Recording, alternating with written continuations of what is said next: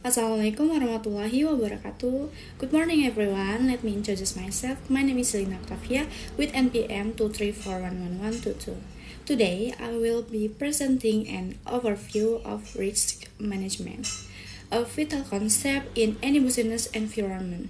Risk management helps organizations recognize potential threats, evaluate their impact, and develop strategies to respond appropriately. Let me begin by outlining what we'll cover today. This presentation explores the fundamental concepts and techniques of risk management. We will focus on the process of risk identification, assessment, and mitigation, as well as monitoring and review. Understanding this step allows business to remain stable and competitive in a constantly changing world. Okay, let's discuss the first step, risk identification. This is the foundation of all risk management activities. It involves recognizing any event, situation, or condition that might threaten the achievement of business objective.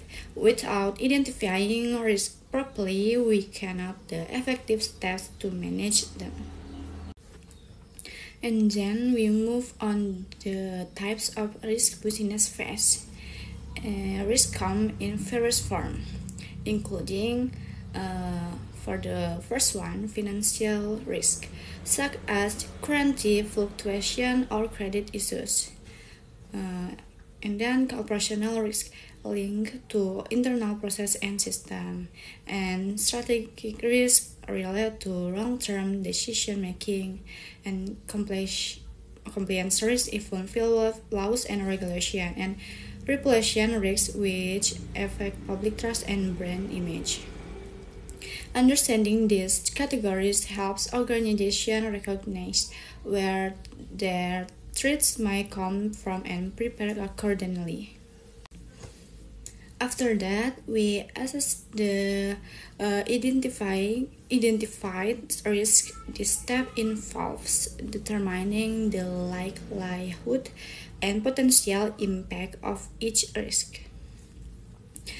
Some widely used techniques include, for the first is SWOT analysis to identify strengths, weaknesses, opportunities, and threats.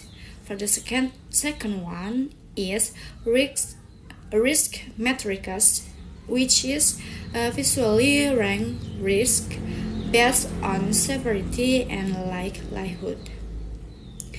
And then scenario analysis to explore different what-if situations. This tool helps prioritize which risks need to most urgent attention. Next, let's talk about two tools that help us identify risk more effectively. Common tools include, for the first one, checklist, which is ensure all potential risks are considered, and then interview and brainstorming sessions, which gather input from stakeholders, and risk assessment software, which organize and analyze risk data. These tools allow for a more thorough and systematic approach to risk identification. Once risks are assessed, we move on to risk mitigation. This means taking steps to reduce the probability or impact of risk. Example of mitigation strategy include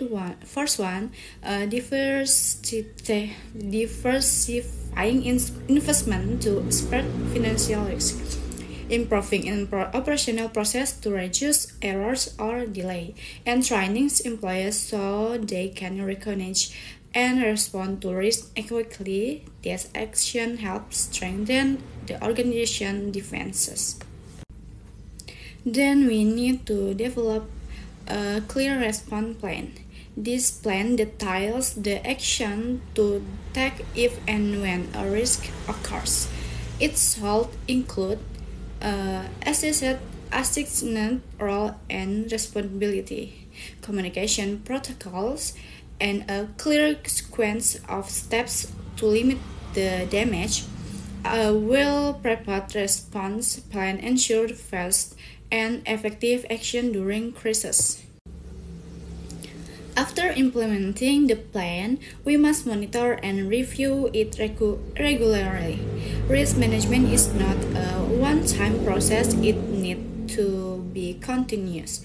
We must keep track of whether existing strategies are working, whether new risks are emerging, and whether the business environment has changed. Regular review help us adapt and keep our risk strategies relevant and effective. Finally, to conclude, effective risk management is essential for any business that want to be resilient and sustainable. By identifying, assessing, mitigating, and reviewing risk, organization can protect their assets, enhance decision-making, and position themselves for long-term success. Okay, thank you very much for your attention. Wassalamualaikum warahmatullahi wabarakatuh.